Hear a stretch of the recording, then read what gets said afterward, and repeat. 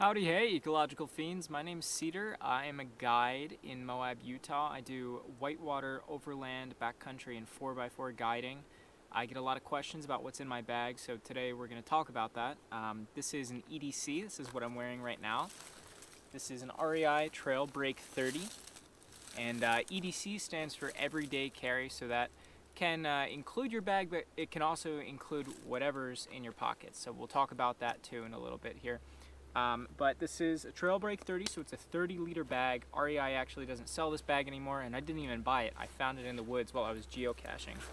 So we'll go through a few things here, but before we get started, you should know that your everyday carry should include what you need to carry every day, right? So this is going to change based on what you're doing, who's with you, and what your responsibilities are.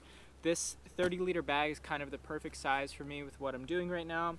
And it's adaptable, so I can put different things in it depending on what my task is that day or for those multi-days. This backpack is also the same backpack that I use for backpacking too. So we'll get started here. First things first, I've got a 1.5 liter smart water bottle. I don't buy these. I always pull them out of the trash or dumpsters and wash them out. I've also got a tent tie here. I've got one of these on both sides. So if I'm using two of these smart water bottles, I've got a maximum side-to-side capacity of 3 liters of water, which is usually about enough for a cooler day here in Utah. And this tent tie is what I use to tie this right up against here, because we don't want this thing going flying around. So I'm not going to tie it all the way on here because I think you get the point there. Then on the tip I've got my Sawyer Squeeze water filter. So this is getting kind of old, need to replace it soon, but this is what I use to filter water for myself and for my clients, okay? You can take this off of here, and you can also put a regular smart water bottle lid on there if you want. And once you run out of the filtered water from your field station, wherever you're starting, then you can begin to have one clean bottle, which would be the smart water bottle with the regular lid on it, and one dirty bottle ready to filter with the water filter on it. So that's that. We'll talk more about water too in a second here. I also carry a Toke 750 milliliter titanium camping cup.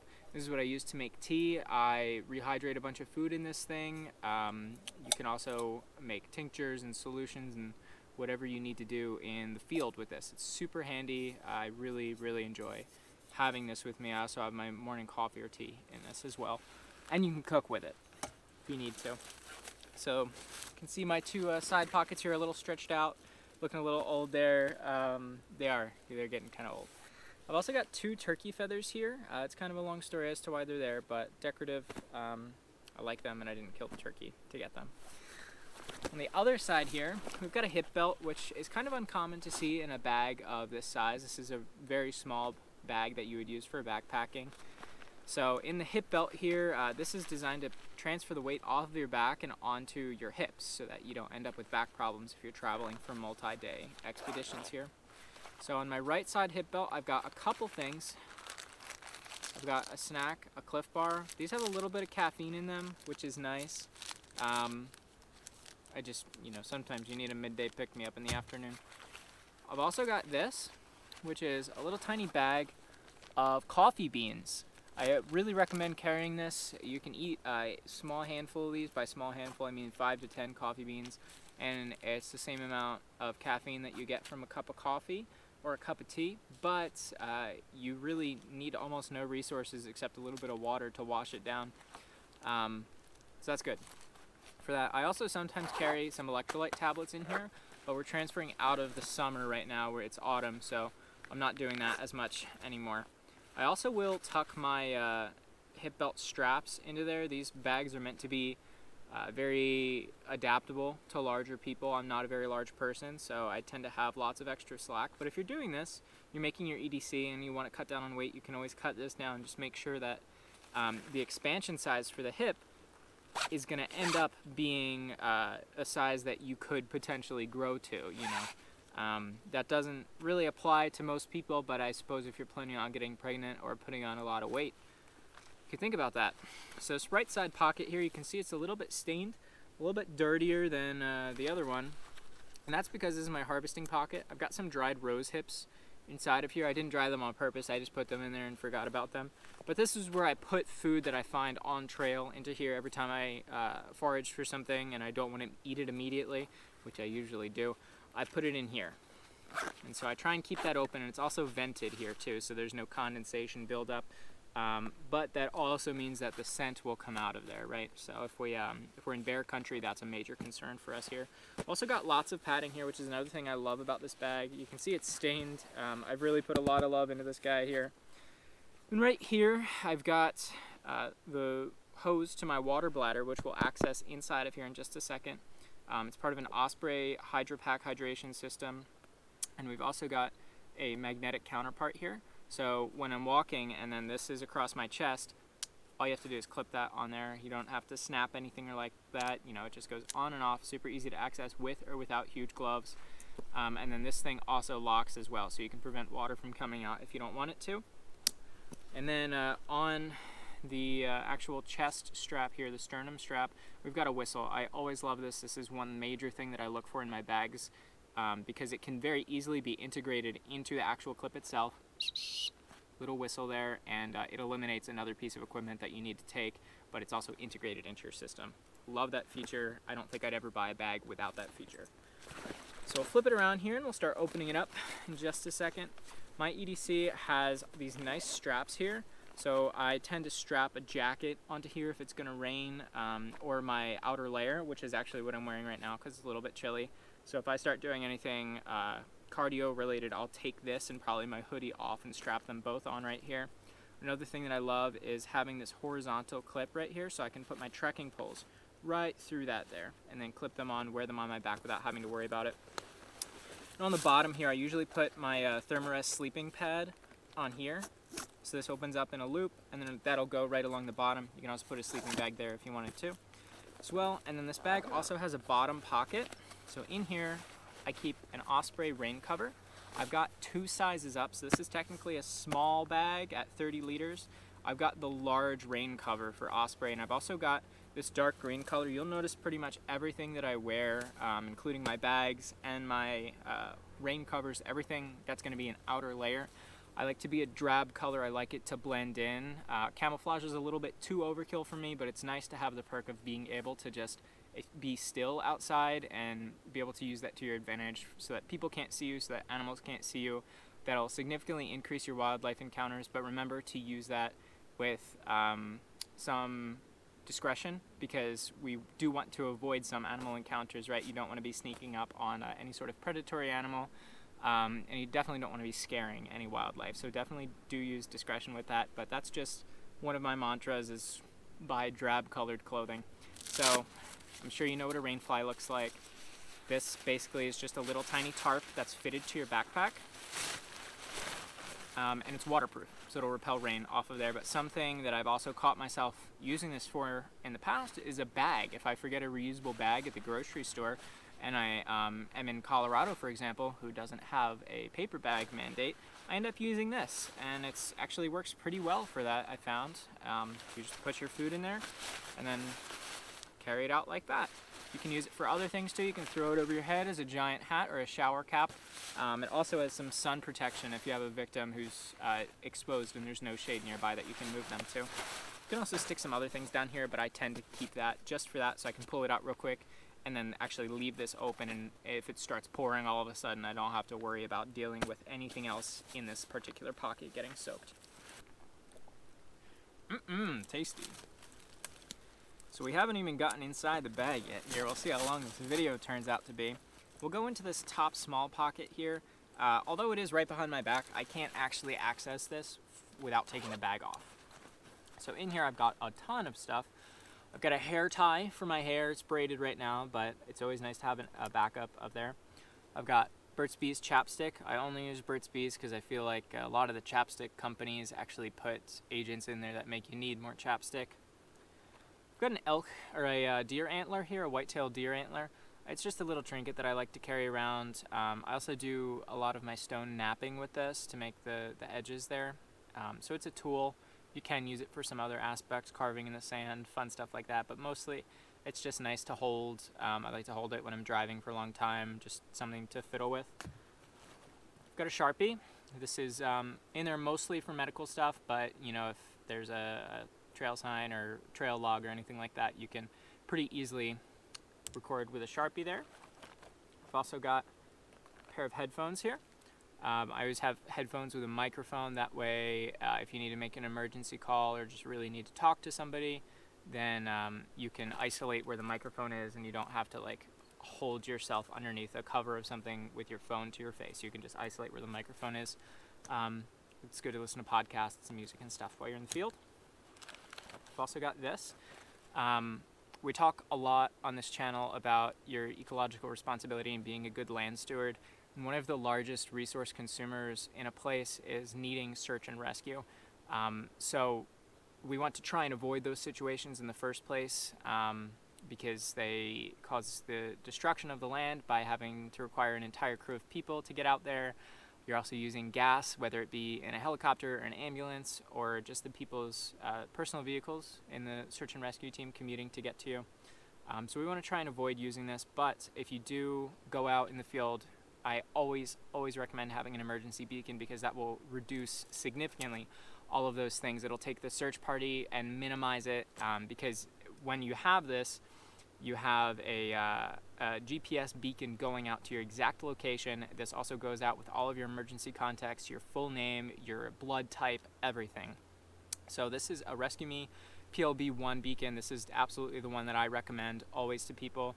This isn't a fancy one like your InReaches or anything like that you can text on, so you can't really use this for non-emergency situations. This guy is kind of your Hail Mary, my arm's been ripped off, I need a helicopter right now kind of deal.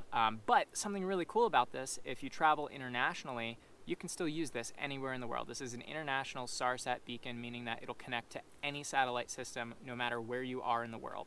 So to use it, basically you just flip this up, press this power button, and you'll also extend an antenna. I'm not going to do it right now, obviously, but an antenna pops up, and this also works even if you don't have cell service. This will work in the middle of the Pacific Ocean if you needed it to.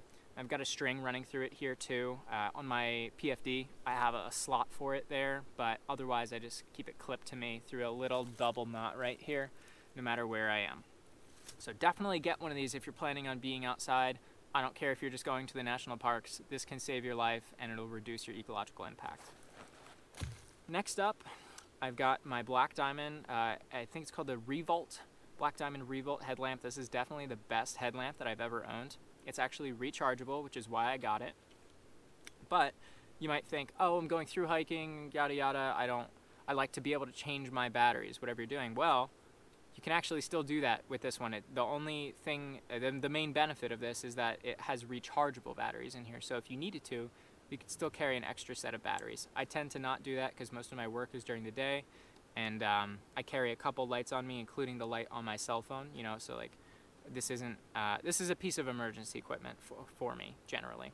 Something that you want to look for in your headlamp if it's going into your EDC is the ability to lock. So some lower level headlamps don't do this. I think this one was about $40. It's got red mode, it's got a strobe, it's got a floodlight, and it's got a spotlight. But most importantly, it can lock. So I hope you can see that on the camera there. I'm going to press the button to turn it on, and you should see a blue blinking light right here. So that's a control lock, and that will make or break your entire trip if you're planning on using your headlamp extensively, whether you're through hiking or just doing a short backpacking trip. By locking down like that, that prevents it from turning on inside your bag and using battery power when you're not actually using it. And I can tell you there's few things that are worse than getting to camp, you're exhausted, you need to make dinner, it's already dark outside, and you go to turn on your headlamp and it looks like almost nothing is on there. So definitely look for a lock on there. And if we pry open the side here, you can see there's a little charging port here, and this is also IPX4 waterproof, so I think that's waterproof at half a meter for like 30 minutes or something like that, but hopefully your headlamp isn't underwater like that. Also got another snack here. You'll also notice these are pretty high in sugar snacks, so this isn't part of my regular meal system. This is like, I'm feeling low, I need some help to push my body to the next checkpoint or objective wherever I'm going. The Cliff Bar that we talked about earlier has a little bit of caffeine in it. This one does not have caffeine in it, but it has a lot of pure protein in peanuts and peanut butter inside there. I've got my toothpaste and toothbrush here. I've got this inside of a little tiny squeeze container. I use Tom's toothpaste. It's the most readily available one that I can afford. I've also got a bamboo toothbrush here that I've broken in half to decrease the amount of weight there. I've got them rubber banded together. So what I do is I just will pour some Tom's into here, mix a little bit of water, and then you shake it up and it makes a bit of a runnier toothpaste, and then you can just put it on here. But it's nice to always have your toothbrush on you. For me, my lifestyle, I usually don't know where I'm going to be sleeping, whether it's in the woods, at a friend's apartment, in my car, wherever. So it's nice to just have this in my bag and not have to worry about dental hygiene, because it's really, really important. It's the second most important type of hygiene right after foot hygiene. Some people will argue that it's number one. Right in the sand. I've also got a Bic lighter. If you're going to put a lighter in here and you're going to get this style, please go with Bic. I don't want to discourage you from supporting other brands, but this, in my experience, has been the tried and true champion of all gas station lighters. This is what's pulled me out of pinches more times than others. And it is butane and it is plastic, which is not something that we really want to go for, but it's actually refillable. That's a topic for another video here, but I always carry 1 or 2 lighters on me. I have another one which we'll talk about in a second. I've got another Burt's Bees chapstick because we want to increase redundancies, right? Got 2 more things here. I've got a piece of Palo Santo, which is basically an aromatic type of oily wood. So this has a couple uses. This is mostly ceremonial for me. And when you get Palo Santo, by the way, it comes in larger chunks. That's about 4 times the thickness of this guy here.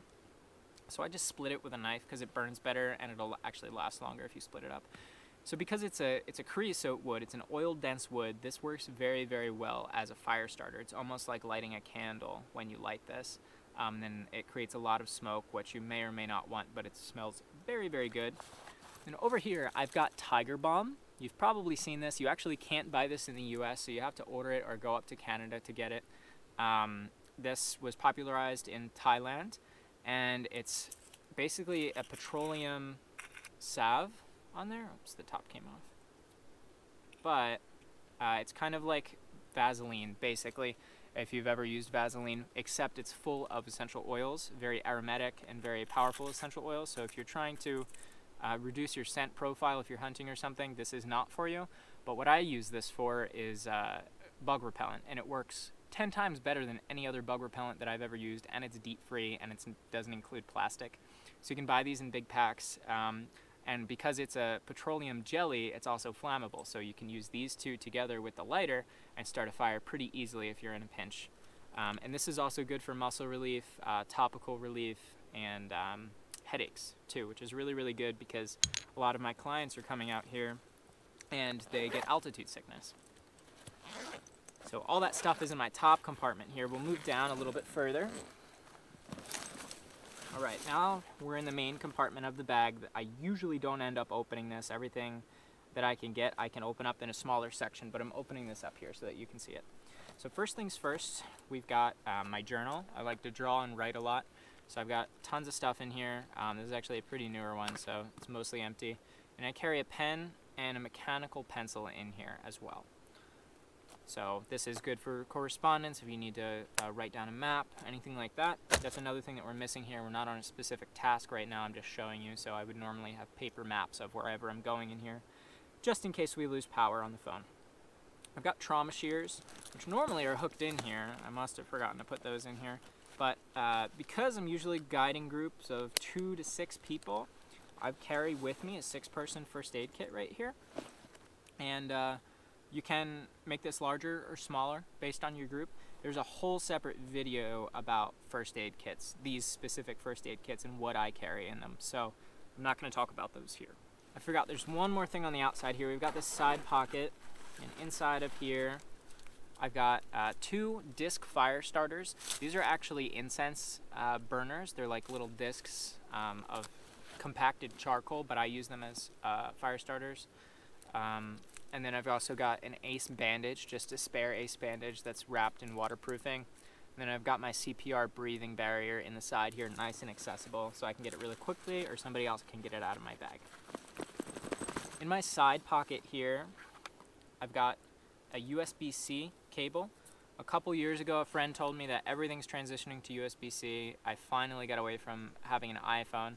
So now I've got this. So this is primarily my phone charger, but it can charge the power banks that I take with me. So I carry this one with me generally because it's the largest one that I have for the weight, the highest density power. And it's pretty sweet because you can charge 2 phones at the same time. It's Kamashi.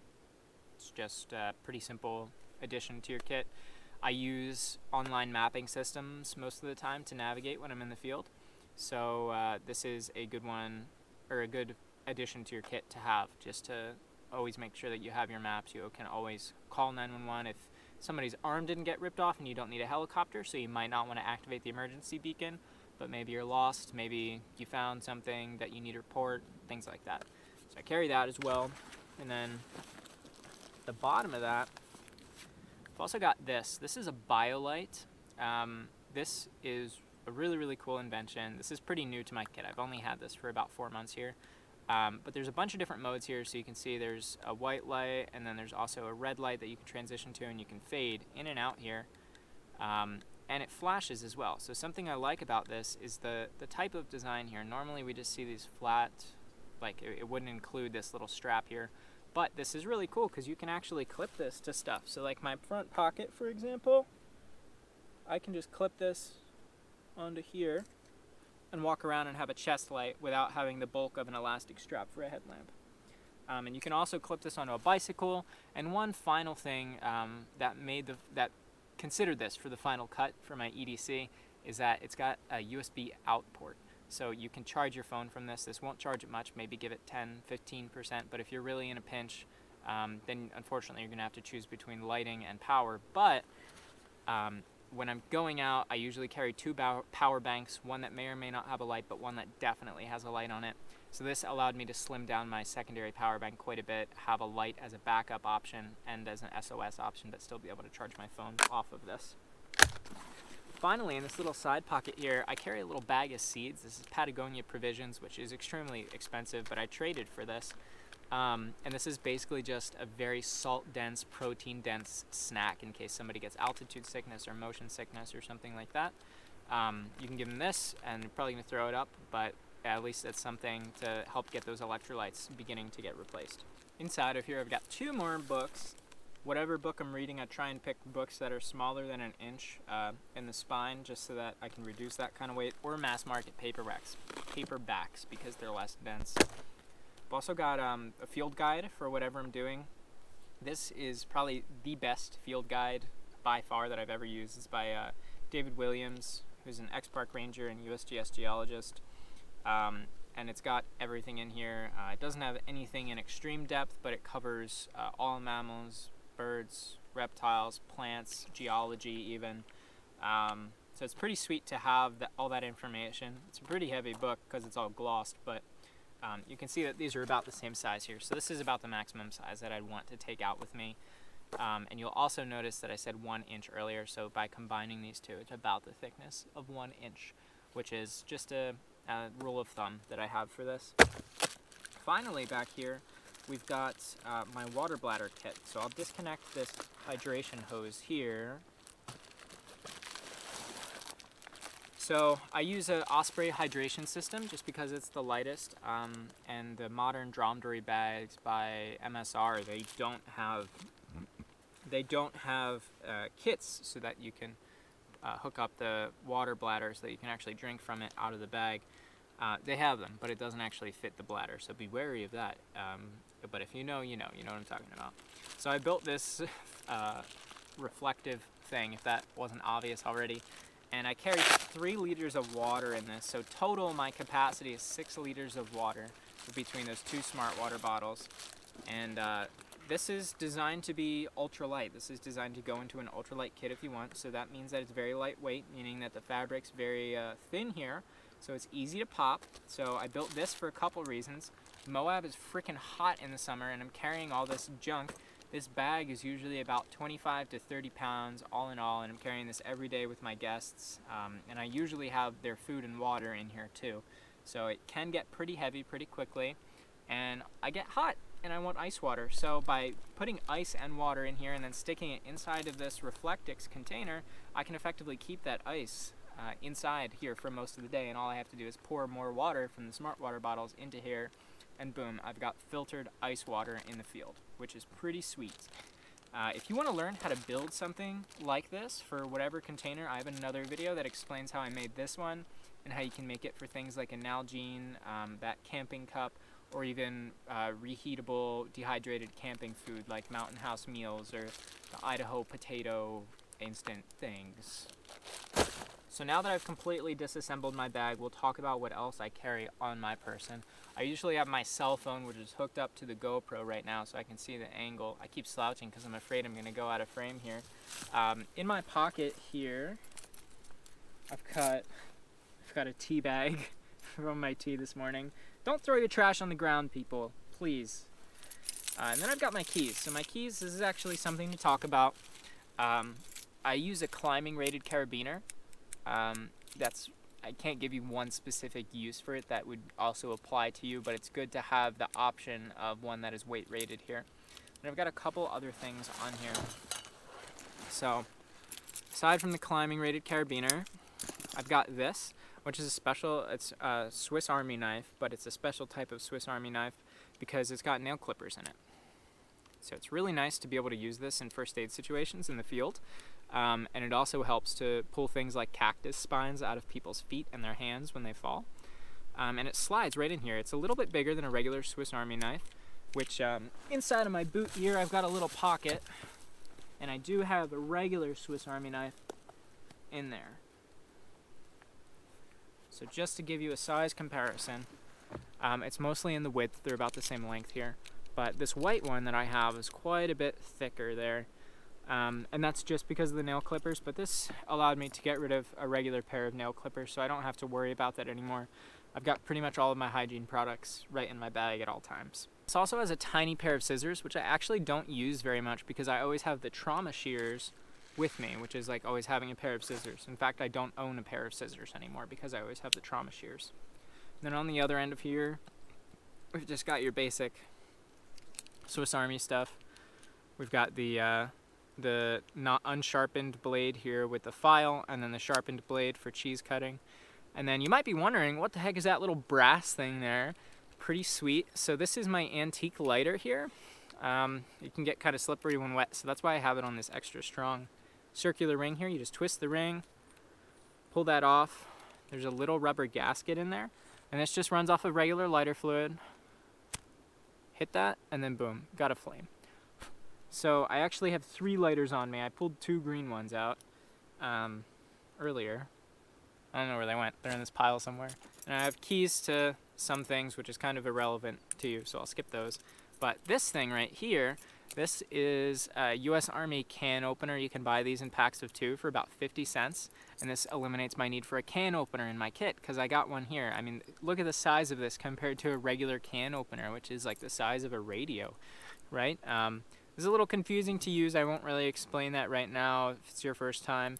But super nice addition to my kit, and it also allows me to have another blade for scoring things. Like if I need to open a box or something, I can use this for that as well. Also carry a tiny little carabiner here so you can remove your keys quickly. And I carry some extra loops on here as well. So everything's adaptable, everything's changeable, but it's not the absolute minimum weight that you can get. And then I've got my car key right here.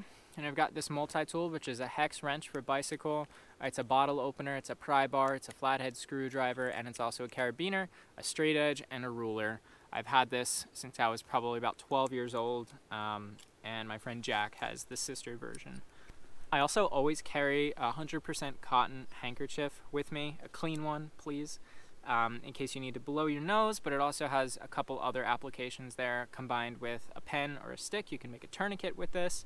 And it's 100% cotton because number one, we want to avoid plastic, but number two, it's a lot softer, it's a lot easier on your skin, and if you're out with your female partner or anybody like that, they can use this as a pee rag if they need to in the field. It's also much more absorbent than a synthetic band there. And then around my waist here, I've got an NRS strap. So I use this as my flip line as well on a raft to flip it back over because I'm a small person. And this basically just has teeth in here. If you don't know how an NRS strap works, put that through there, and then it will not come back out. You can pull as hard as you want.